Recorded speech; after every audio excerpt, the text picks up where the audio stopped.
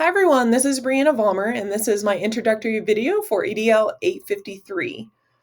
A little bit about myself. I was born and raised in Parsons, Kansas, which is in southeast Kansas, and I was a graduate of Lebec County High School in 2004. I was then a graduate of Missouri Southern State University in Joplin in 2008, where I was also on the women's basketball team.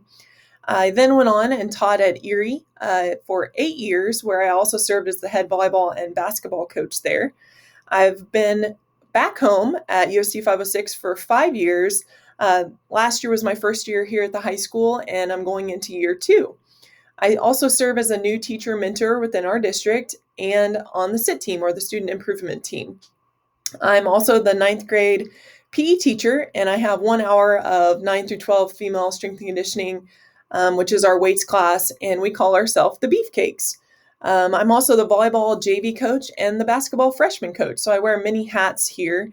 And I've also been a Lion at Southern, a Tiger at Fort Hays, and a Bear at LCHS. Outside of LCHS, I live in Altamont, Kansas. Those are a few pictures of me and some recent traveling we've done outside of the pandemic, of course. I have an amazing home with my partner. I love spending time with family and friends. I love gardening and doing anything outdoors. We have 1 dog named Ruby. She's a Shih Tzu, and she's a mess.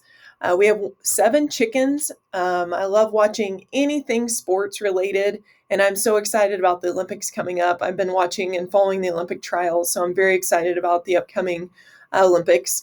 And I'm also very tall. I'm 6 feet 2 inches tall. This is Module 1, Inclusive School Culture.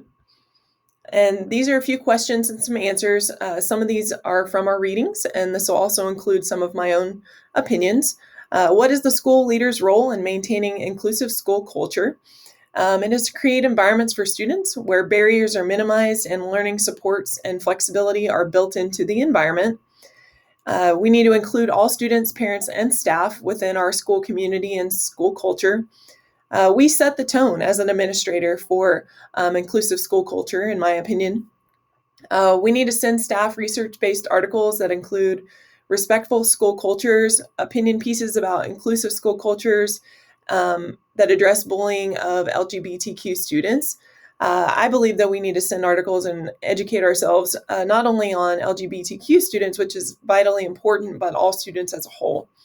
And we need to discuss the need for an inclusive school culture at faculty meetings. I think that's a very simple concept, but it's something that's often overlooked. If we want to have an inclusive school culture, we need to say that it's important and say it's a goal of ours. What do you do if inclusive school culture does not exist?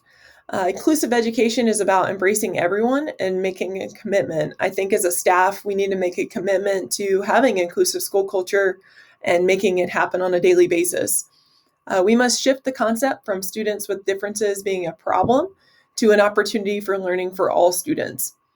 We must create a belief that each student can and will learn and succeed. Diversity enriches us all, including staff members. Each student has unique contributions to offer to other learners. Each student has strengths and needs. Services and support should not be relegated to one setting. Effective learning results from the collaborative efforts of everyone working to ensure each student's success. What support can a school leader provide to encourage advocacy? Collaborate to find solutions using culture to support achievement. I think that's extremely important. That's what we do as a SIT team. We collaborate and we discuss with teachers solutions. What do we need? How do we use school culture to support students, and so on and so forth. The best school systems know how to include parents. I think that's critically important. They know their children, but it's also important that we get them on board with what we're doing. We need to train staff. Simply put, we need our staff to know what our goals are, that we want to encourage advocacy, and how do we do that. Staff, students, parents, and community members collaborate in the design and delivery of effective education for all students. I think that's very important for getting our school community on board as a whole, is to include everyone within that school community, which is staff, students, parents, not just staff members. We need to prepare teachers. For educators to effectively support a community, they need to see themselves as more than conveyors of fact. They need to hold their students to high expectations, prioritize closing the achievement gap, and help their students understand and connect to the world at large. I think that's exceptionally important that we prepare teachers for the goals that we want to achieve. What plans and strategies can be implemented to ensure the equitable treatment of students and or staff in an inclusive culture? Staff training is critical. I believe that we need to use those opportunities to educate our staff so that we're all on board for a common goal. Create a respectful school community.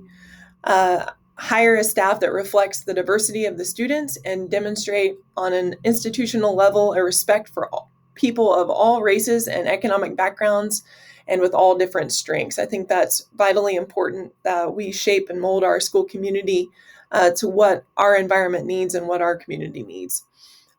We need to create opportunities for the entire school community to learn and grow, not just our staff and not just only our students, but our community as a whole.